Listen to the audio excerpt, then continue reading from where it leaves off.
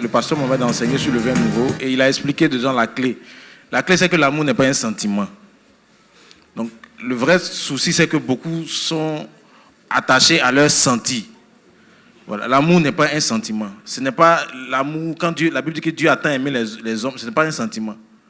Parce que s'ils regardent ce qu'ils ont fait, ils font là. Il ne peut pas avoir un senti pour les aimer. Donc, l'amour dans le mariage n'est pas un sentiment. Parce qu'au fil des années, des actions, on découvre, comme Jacob, que Rachel n'était plus Rachel, mais elle était Léa, avec des yeux délicats. Il n'avait pas vu ça dans les fiançailles. Donc, en voyant ce genre de choses, le sentiment, lui, il commence à s'effriter. Le sentiment commence à prendre un coup, jusqu'à ce qu'on prenne conscience de cela et on se dit que l'amour, en réalité, est une décision. Et j'ai décidé de d'épouser cette femme, je vais aller au bout avec elle. Ce n'est pas une affaire de mon corps, ou bien ça me fait zoin, ou bien ça me fait... Non, il ne s'agit pas de tout ça. Il s'agit de décider de l'aimer. Et une fois que vous prenez la décision d'aimer votre épouse ou bien de votre conjoint, l'amour ne consiste pas seulement en paroles, mais aussi en action. Donc vous commencez maintenant à poser des actions d'amour à l'endroit de cette personne. Et quand vous cultivez cela, les sentiments qui avaient disparu, eux, ils vont finir par arriver. Parce que l'âme se discipline, l'âme s'éduque. Et il ne faut pas vivre selon son âme, selon ses émotions, parce que ça vous conduit à faire des erreurs. Donc la bonne chose à faire, c'est de prendre la décision d'aimer l'autre et de poser des actions d'amour. Aussi par la prière, prier que le Seigneur envoie le vin nouveau et poser des actions et les sentiments vont revenir tranquillement par la grâce de Dieu. Il y a des événements qui arrivent qui font que, on ne ressent plus rien l'un pour l'autre. Il faut déjà déterminer d'où part le problème. D'où part le problème. Une fois qu'on arrive quand même à checker quelques points, il faut ensuite le présenter au Seigneur dans la prière. Il faut prier. Parce que je sais que le diable attaque beaucoup les foyers. Ça, ceux qui sont mariés le savent très bien. Il faut vraiment prier, chercher la face de Dieu, demander la grâce de Dieu pour que le Seigneur puisse bonifier notre amour. Et puis, essayer aussi de sortir un peu, parce que des fois, la routine fait que, on est un peu las l'un de l'autre. Il faut sortir un peu, manger au restaurant, essayer de voir d'autres gens, parce que des fois, on reste un peu dans notre bocal chrétien et on n'a pas le temps de voir l'expérience des autres. Quand je parle des autres, ce n'est pas les gens inconvertis, l'expérience de d'autres couples qui sont chrétiens, mais qui ne sont pas forcément de notre communauté. Il faut parler avec d'autres gens. Ça peut aussi aider, parce que des fois, c'est juste qu'il y a un détail qui a manqué et le couple ne ressent plus rien l'un pour l'autre. Donc, quand on arrive à déterminer vraiment la cause, ça peut aider. Et des fois, le Seigneur lui-même peut nous aider, peut nous révéler la source du problème. Si vraiment les deux conjoints sont sincères et qu'ils prient vraiment ensemble, Dieu peut leur révéler que voilà, c'est une attaque, ou encore, voilà, vous vivez dans la routine, il faut changer l'ordre des choses, ou encore, sortez un peu, prenez-vous un temps de repos, etc. Alors, j'aime souvent donner l'exemple d'une dame qui ne voulait plus entendre parler de son mari. Elle dit, mon mari, il est méchant, il me bat, il est pingre, il est avare. Elle citait beaucoup de choses concernant son mari et elle était prête à aller divorcer. Et pendant qu'elle s'exprimait, donc pendant qu'elle était en train de dire en fait ce qu'elle vivait, il y a une dame qui lui a dit, bon, calme-toi. Mais et si le monsieur change? Elle dit, non, s'il change, c'est mon mari. Hein. En fait, beaucoup de gens disent, je l'aime plus, je l'aime plus. Je pense qu'ils l'ont tous dit. C'est juste des émotions. C'est qu'ils ressentent. Mais en vérité, ce n'est pas qu'on n'aime pas la personne. Ma femme parle souvent du réservoir émotionnel. Le réservoir émotionnel, chacun d'entre nous a un réservoir émotionnel. Si ce réservoir émotionnel n'est pas rempli par des actes d'amour, c'est normal qu'à un moment donné dans la relation, la monotonie vienne s'installer, comme elle le disait, que je ne ressente plus, comme je dis, de l'amour. Parce qu'en fait, le sentiment là doit être entretenu par des actes d'amour. Donc s'il n'y a pas d'acte d'amour, la vérité, à un moment donné, je suis dans une relation comme ça. Donc, si vous voulez ressentir de l'amour pour votre conjoint, il faut que votre conjoint travaille justement à remplir ce réservoir émotionnel. Cette dame-là, en envisageant seulement que si son mari change, qu'il redevient le mari là, en fait, elle sait qu'elle peut toujours l'aimer. Donc, c'est pas que la dame ne l'aime plus, c'est le sentiment qui a pris un coup. Mais sinon, elle aime toujours le monsieur. Donc, beaucoup disent je n'aime plus, mais c'est le sentiment. Or, le sentiment, c'est quelque chose qui doit être entretenu par des actes d'amour. C'est la première chose que je veux dire. Maintenant, la seconde chose, c'est Elle a parlé aussi du diagnostic généralement qu'il faut faire. Lorsque, par exemple, quelque chose ne va plus dans notre relation. Il y a beaucoup de personnes, les difficultés qu'ils ont maintenant dans leur foyer viennent simplement de leur période, je dirais, de fiançailles. Parce que leurs fiançailles ne se sont pas bien déroulées. Les fiançailles ont un but. Pendant les fiançailles, on ne doit pas se connaître.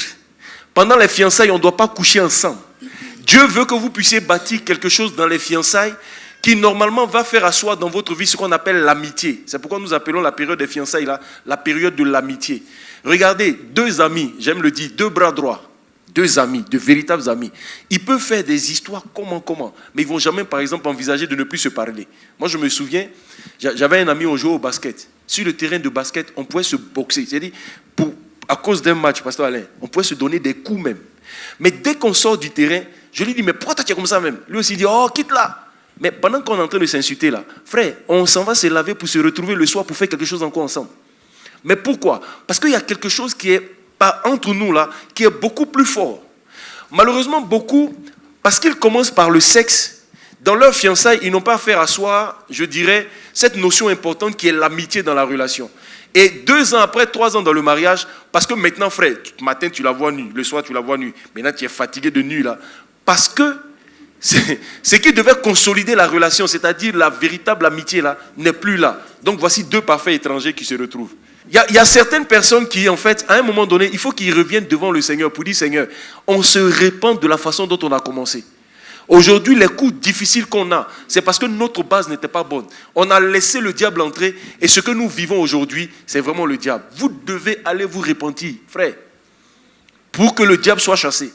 Parce que beaucoup de difficultés qui sont vécues dans le couple, où cette affaire de on ne s'aime plus, beaucoup s'aiment. Je me souviens un jour, j'ai coaché un couple, ils voulaient se séparer.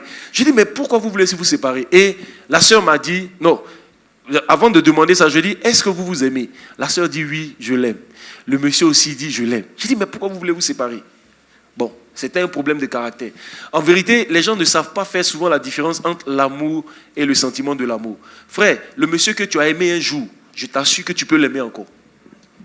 Si vous décidez ensemble de travailler, de remplir le réservoir émotionnel l'un de l'autre, pourquoi une femme peut se sentir amoureuse parce qu'elle est sortie aller manger à son mari? Vous étiez à la maison en train de vous ennuyer, mais parce qu'il t'a invité dans un restaurant spécial, dans une déco spéciale. Et ce jour-là, il s'est mis à genoux. Frère, juste après cette action, c'est pas qu'avant la sortie, elle ne t'aimait pas. Elle pouvait se plaindre dans la maison. Mais après cette sortie, elle a retrouvé la joie de vivre. Elle est amoureuse. Et puis elle est à la maison, elle dit, chérie, il y a longtemps on est sorti. Oh, vous venez de rentrer de la sortie. Elle est en train de dire simplement, je veux encore. Alléluia. Donc les actions d'amour, frère, peuvent réveiller, vous ramener dans une dimension d'amour que vous avez connue à un moment donné. Que Dieu vous bénisse. Alléluia. Waouh, c'était puissant. Alléluia. Je voudrais juste rebondir sur un exemple de ce genre. Il y avait une dame qui disait qu'elle n'aimait plus son mari. Au point où elle voulait le tuer même pour être libre de l'affaire. Elle est partie voir sa mère. Sa mère lui donne une potion pour tuer son mari. Voilà. Et sa maman a dit, bon, mais si je vais te donner une potion, mais ce que tu vas faire là, il faut que tu sois... Il ne faut pas qu'on ait des soupçons que ce soit toi qui l'as tué. Donc voici ce que tu vas faire. Quand il va manger là, tu mets la poudre dans un peu. Mais chaque jour, sois douce, attentionnée.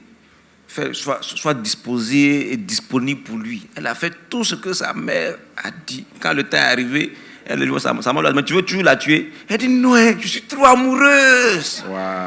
Parce qu'en fait, comme les pasteurs l'ont dit, l'amour n'est pas un sentiment. L'amour s'exprime par des sentiments. Souvent, les gens rentrent dans le foyer avec un amour pouletique, comme dit bien le pasteur Mohamed. L'amour du poulet. L'amour du poulet. Voilà. L'amour du poulet est dangereux pour le poulet. Quand tu dis j'aime le poulet, C'est sa cuisse, tu aimes. c'est sa cuisse que tu aimes. Et si le poulet comprenait ce que tu disais, quand tu vois un poulet partir, moi j'aime le poulet, le poulet n'allait pas venir vers toi. Voilà. Mais l'amour sur lequel on doit se baser pour entrer dans le foyer, c'est ni l'amour de la chair, ni l'amour des émotions, des sentiments, mais c'est l'amour agapé. C'est sur cet amour-là qui est basé, lui, sur la volonté, sur la décision. Et les sentiments suivront toujours les actes d'amour. Amen. C'est ainsi que quelqu'un que tu voyais avant, il ne te dit rien. Mais au fur et à mesure qu'il va commencer à poser dans ta vie des actes d'amour, l'amour va commencer à prendre place. Les sentiments suivent toujours les actions. Donc, ne suivez pas vos sentiments, mais suivez vos actions.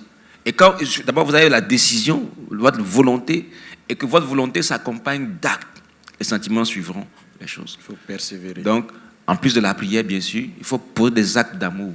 Ça relance les championnats, ça change les championnats, ça fait des bonnes choses dans la maison.